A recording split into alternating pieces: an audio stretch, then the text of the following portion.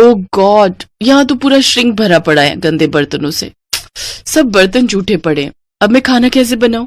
ये मेरी देवरानी दिव्या भी ना एक नंबर की आलसी है। सुबह जब शीला बर्तन धोकर जाती है तब तो सबके लिए नाश्ता बना लेती है, लेकिन जब शाम को यहाँ बर्तनों का पहाड़ इकट्ठा होता है तो वो महारानी अपने कमरे में चूहे की तरह डूबकर बैठ जाती है।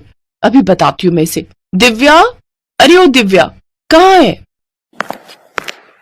क्या हुआ जेठानी जी? मुझे बिग बॉस देखना है। अरे मुझे यहाँ सबके लिए रात का खाना बनाना है, लेकिन यहाँ तो बर्तनों का ढेर लगा हुआ है और तू महारानी है कि जिसे अपना बिग बॉस देखना है। चल पहले जल्दी से सारे बर्तन धो। हैं? क्या मैं बर्तन धो? ना बाबा ना, मैंने आज ही मैनिक्योर करवाया है, फिर उसके पैसे वेस्ट चले जाएंगे। ये तो तेरा हर हफ्ते का बहाना है। जब जानती है कि घर के कामकाज में खराब होना है तो क्यों बेकार पैसे फूक कर आती है। चल अब बर्तन धो, मुझे खाना बनाने में देर हो रही है।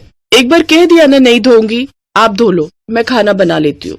इसी तरह दोनों एक दूसरे पर बर्तन धोने का काम टाले जा रही थी। उधर बाहर डाइनिंग टेबल पर बैठे घर वाले खाने का वेट कर रहे थे। हे राम, खाना कहाँ रह गया? मेरे पेट में तो चूहे कूद रहे हैं, लेकिन ये रसोई से आवाज कैसी आ रही है? माँ लगता है दोनों फिर से शुरू हो गई। धत तेरी की, फिर तो मिल गया हमें आज भी खाना। अनुज बेटा ऐसा कर, तू बाहर से ही खाना मंगवा ले। एक दिन इन दोनों बिल्लियों की लड़ाई में भूख के मारे ही मैं परलोक न सिधार जाऊं। हाँ भी ऑर्डर कर देता हूँ माँ, वैसे भी हमारे पास और चारा भी क्या है। उधर दोनों अभी भी बहस ही किए जा रही थी। ठीक है, फिर नहीं धोने ना तुझे बर्तन, तो मैं अभी कोई खाना वाना नहीं बनाने वाली। रहो सब भूखे आज। अरे भूखे क्यों रहेंगे? कल रोहन जी ने खाना ऑर्डर किया था, आज अनुज भैया को बोलो, वो ऑर्डर कर देंगे। दोनों ये बोलने बाहर आती ही है कि तभी अनुज कहता है, कर दिया ऑर्डर। हम जानते हैं तुमसे खाना नहीं बनेगा। तुम दोनों से मिलकर खाना और बर्तन धोने तक का काम भी नहीं होता क्या? मुझे तो आप कुछ ना ही बोलो जेठ जी तो बेहतर रहेगा।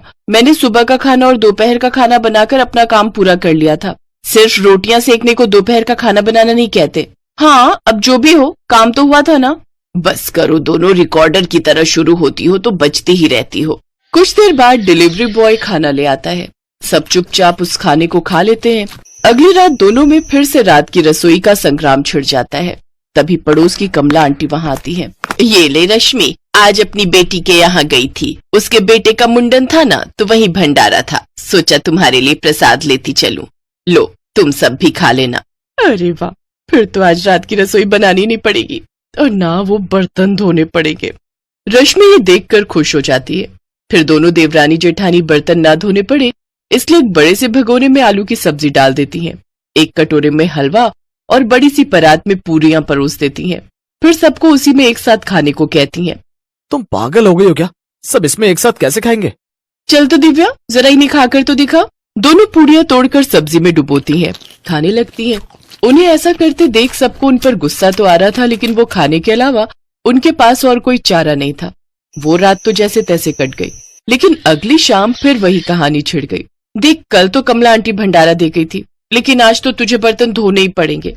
क्या दीदी, मैं बहुत थक गई हूँ, आज रहने देते हैं। मैं उनसे कहकर बाहर से ही खाना मंगवा लेती हूँ। ये सुनकर रोहन गुस्से में आ जाता है। चुप रहो, अपना मुंह बंद रखना। आज हम दोनों में से कोई भी बाहर का खाना ऑर्डर नहीं करेगा। जाओ दोनों रसोई में और खाना बना कर लाओ। दोनों डर के मारे किचन में चली जाती है। क्या करे दीदी, अब तो रात की रसोई करनी पड़ेगी। अच्छा एक काम करते हैं, आप ये बर्तन धो लो तो मैं सबके लिए पुलाव बना दूंगी। हा, आई बड़ी बर्तन धो दो, खुद धो ले समझी। और रही उन लोगों के बाहर का खाना ना खाने की बात, तो कोई बात नहीं, हम उन्हें बाहर का खाना मंगवाने के लिए नहीं कहेंगे और ना ही हम खुद घर पर बनाएंगे। मैं कुछ समझी नहीं, अभी बताती हूँ। रश्मि डब्बे समेत नमकीन, मुरमुरा और बिस्कुट लेकर घर वालों के सामने रख देती है। ये रहा आप लोगों का आज का खाना। इन दोनों का बस चलेगा ना तो हमें रोज मंदिर के बाहर लंगर में बैठकर ही रात का खाना खाना पड़ेगा। इनके रहते तो हमें रात की रसोई नसीब ही नहीं होगी। बस बस बहुत हुआ, आज तो हम जैसे तैसे ये खा लेते हैं, लेकिन अगर कल से खाना नहीं मिला तो फिर तुम लोगों की खैर नहीं।